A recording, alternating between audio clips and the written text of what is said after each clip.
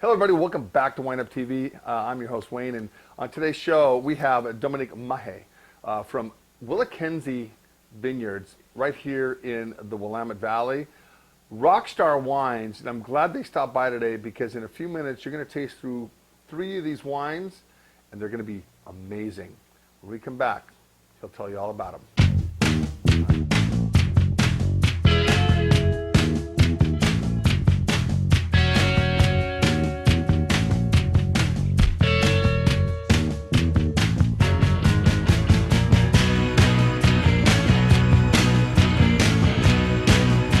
Hello everybody, welcome back, Dominique. Thank you, Wayne. No, thank you very much for coming in. You know, WillaKenzie, I've taken several groups to in the past. You have a beautiful estate. Thank you. You are the, you know, these call yourself an assistant winemaker because you bounce from here to Burgundy, but you and Thibault, is that how you, it's Thibault? Thibault, that's correct. Yeah. Thibault, you know, they're all owned by a French family. Yep. The WillaKenzie. Bernie is French and Ronnie is from the States. Yeah, and the WillaKenzie name comes from the soil, you know, the WillaKenzie soils here in the northern Willamette Valley. And your estate's beautiful. Founded in about, what, 92, 93? Exactly. Bernie and Ronnie actually bought the land back in the late 1980s. Okay. And they actually put the first block in the vineyard in 1992. Okay. And so it basically grew from there, and we planted till 2000 at the estates at WillaKenzie. Different clones. We're actually using 10 different Dijon clones. And guys, I'm telling you something. Look at this aerial right here. Look at that thing right there. This, how many acres is your property? Okay, so the whole estate is 420 acres. 420 acres. That's correct. But we have only planted 110 acres of vines. We have kept lots of this open area for pastures. Okay. We have lots of forested areas as well. And it makes the whole estate really beautiful to go and visit, really. Yeah. Notice the hat today? It's here, guys. Look at that. Clones matter. Clones do matter. All right, so the philosophy behind the WillaKenzie and your portfolio, you have several different of the common clones that are grown here in the Willamette Valley. Absolutely. So we have Pommard and Valenswils, and then we have pretty much all the Dijon clones available from 113, 114, 115, 667, 777, some 828. We're also experimenting with some Swan clones. So we pretty much like to know what's happening with the clone in Pinot Noir. And we try to find what is the best match for each clone in our soil, in our estates. Because obviously, even if it's all on a WillaKenzie soil, we're going to find variations from one spot to another. Over such a huge property, there's going to be like variation of like soil types, also of about soil depth, that will actually change the way each clone will produce the grapes and which eventually the wine will taste. This is how the French say it, terroir. This is the whole thing up behind that whole philosophy of terroir. It's just, you have a vineyard, and then different depths of soils, different clones, different varietals you plant on there, and that's what makes WillaKenzie so unique and so different.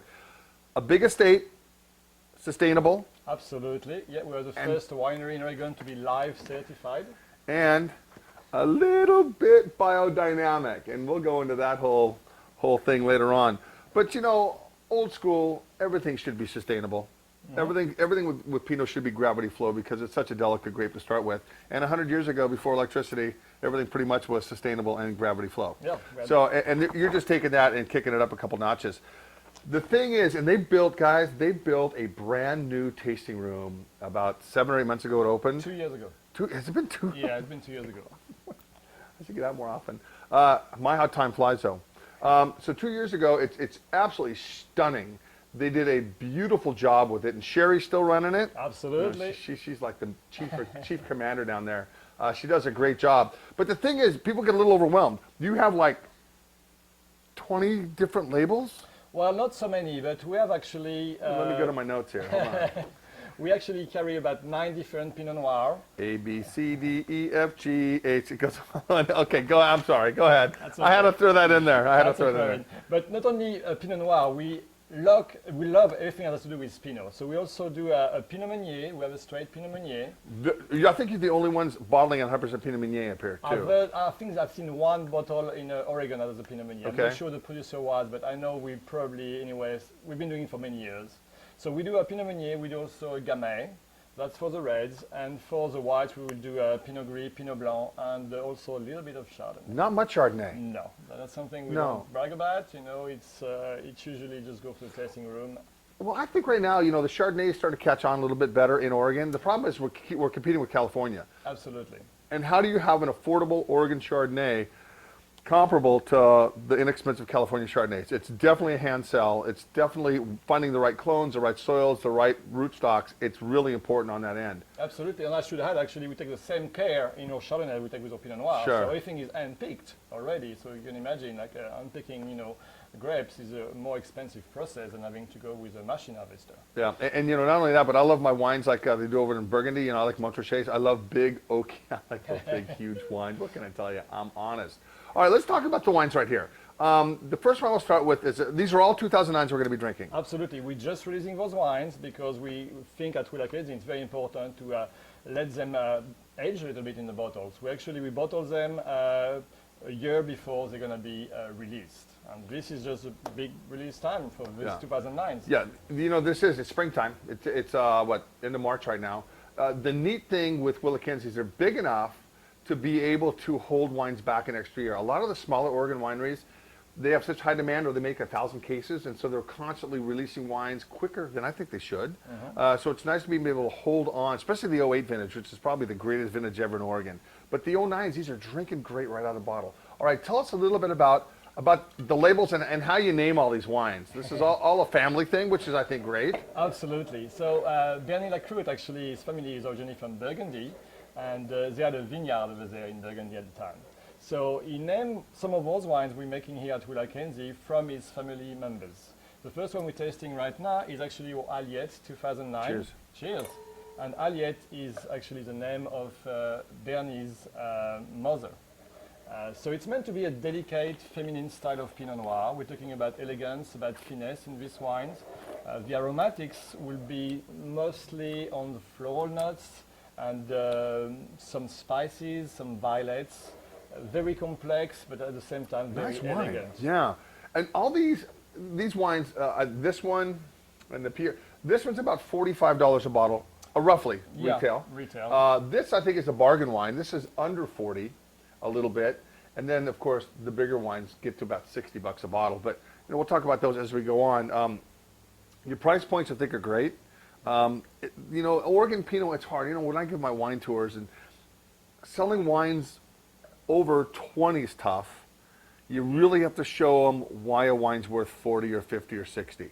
And it's that hand sell. It's about the sustainability. It's about, you know, you're only making, you know, 1,000 cases or so of certain amount of these. And we'll get into that. So what's the case production in the Aliette? It's about 1,000 cases. And just to keep going with what you're saying now, it's true that we take a great care both in our vineyard and at the winery to make those wines. I mean, we have to understand this is an estate-grown winery. We don't buy fruit from anybody else. Okay, we take only the fruit from this estate here, from this land, to make all the wines that we have at WillaKenzie.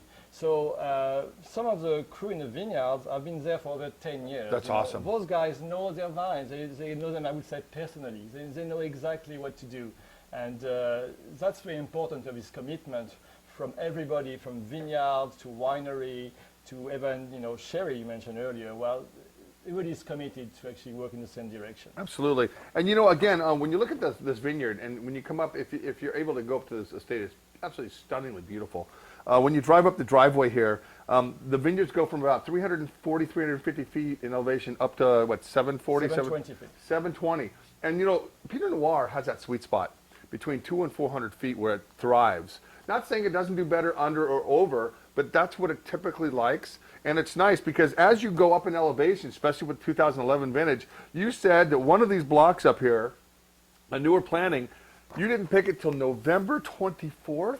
That's right. That's insane. That's insane. And we did it because we could actually let the grapes hang on the vines. There was nothing bad happening to it. There was no botrytis issues. There was no mold issue. You know, it was ripening very slowly. But very slowly at that point. Still, you know, we were able to do that just because we did a great job in the vineyard by canopy management, you know, making sure we have a good airflow, prevent any kind of moistures to stay in the grapes, and it did the job. So guys, for those who don't know, if you were to translate Pinot Noir from French to English, Pinot is pine cone and Noir is black. So if you ever see a Pinot Noir vineyard, these clusters are so small. You know, not necessarily in 2009 when they were like on steroids, but in generally they're very small, and it's less than a bottle of wine per plant. You harvest probably around what, 900 grams of fruit per plant, roughly. It's about 12. Yeah, it's about that, because it's about 12 clusters per vines. Okay. Depending on the spacing, obviously. Yeah. But if you look at 12 clusters per vines and about 90 grams per cluster, that would be about right. It's just crazy, and people always say, well, why is Oregon Pinot so expensive? That's part of it. You're dropping a lot of fruit to start with. Absolutely, especially in 09. I mean, 09, as you mentioned, was a very fruitful year. We had a good fruit set. Back in June, it was like nice sunny days, and every single flower actually turned into a berry. And potentially it could have been a huge crop, and we had to go after the raisins and start dropping lots of fruits to be able to achieve the target yield we were looking for to achieve, this kind of quality of Pinot Noir we have here. Absolutely. All right, let's go on to one of my favorite WillaKenzie wines is a Pierre Lion, and it happens to be the most, I think, affordable out of all the Pinots. I don't know why I've always just migrated to this wine over and over again. I think it's very consistent year in, year out, even on a difficult vintage in 2007. But what's brilliant about you guys is, even though 2007, is a press pandem really bad, it needed an extra year and a half in a bottle before you released it, and you guys were able to do that. So as everybody's releasing their 2007 early, you guys held on for an extra year, and I really think it helped the wines out. You know what I kind of like? I remember that the critics back in 2007 were saying that the wines, especially critics from California, were just really bashing the Oregon vintage. And it's kind of interesting to see them after 2 years and retasting this 2007 and saying, actually these wines are not so bad. Yeah. And I think 07 was a great vintage for Oregon. Very Oregonian. Yes. Right? Oregon, Burgundy, mashing together, and the wines are more earth-driven. Yeah. But they were really, to me, it's what Pinot Noir is all about. I like that style of wine. The opulent, over-the-top, over-extracted wines are one thing, but when you get an earthier vintage, that to me, it tells you a lot about the vineyard. Exactly. And I think, Pinot Noir shouldn't be too alcoholic. It has to stay a fruit-friendly wine. Yeah. And when you got about 14.5% alcohol, then it might be a bit too much for matching with good fruit. Good tannins. 2009 is just phenomenal. Good tannins, good length, a little bit of spice on the palate.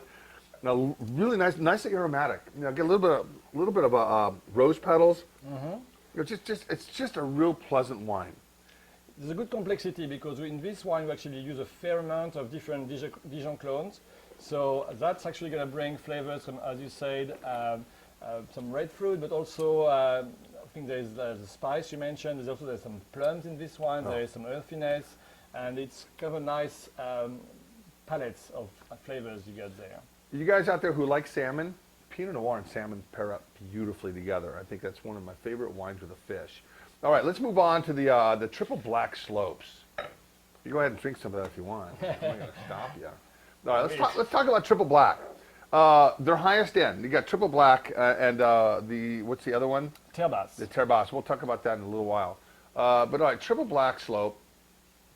Kind of a pun on he likes to go skiing, right? So Bernie really likes skiing, and he basically named this one Triple Black Slope because he liked to go down black diamonds. Yeah, there you go. Those blocks of Triple Black Slopes are actually really, really steep. We're talking about the 45% slopes. No machines can get in there. No tractors will get in there safely, so we have to use special equipment. We have crawlers to actually farm those blocks.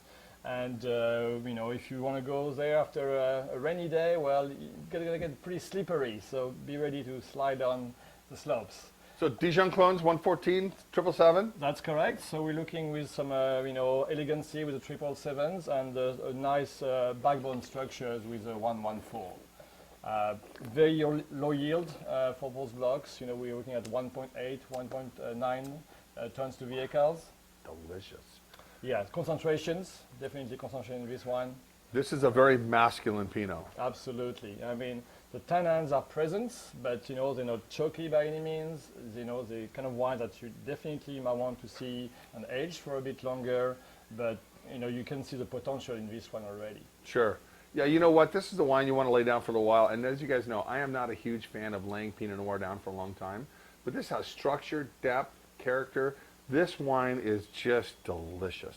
Thank you, Wayne. Yeah, it's, and it fits into that higher end category. It's $60 a bottle. It's not for the ones that have a minimal pocketbook, but it definitely has.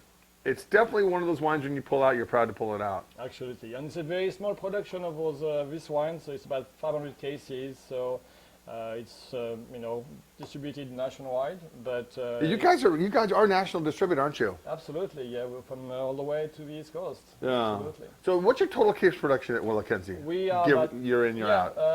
we're looking at about 20,000 cases. About 20,000. 20,000 Is that pretty much maxed out? Yeah, we're going to try to keep it about at that level because we strongly believe that Thibaut Mandé, winemakers, need to keep its feet dirty. Yeah, It because needs I to tell be- you, once you get over 20,000 cases, that's a lot of management. Absolutely. So we don't want him to be too comfortable in front of his computer in his office. We want to make sure he's down there, where things are happening, and tasting the wines and really connecting with those wines. Good wine.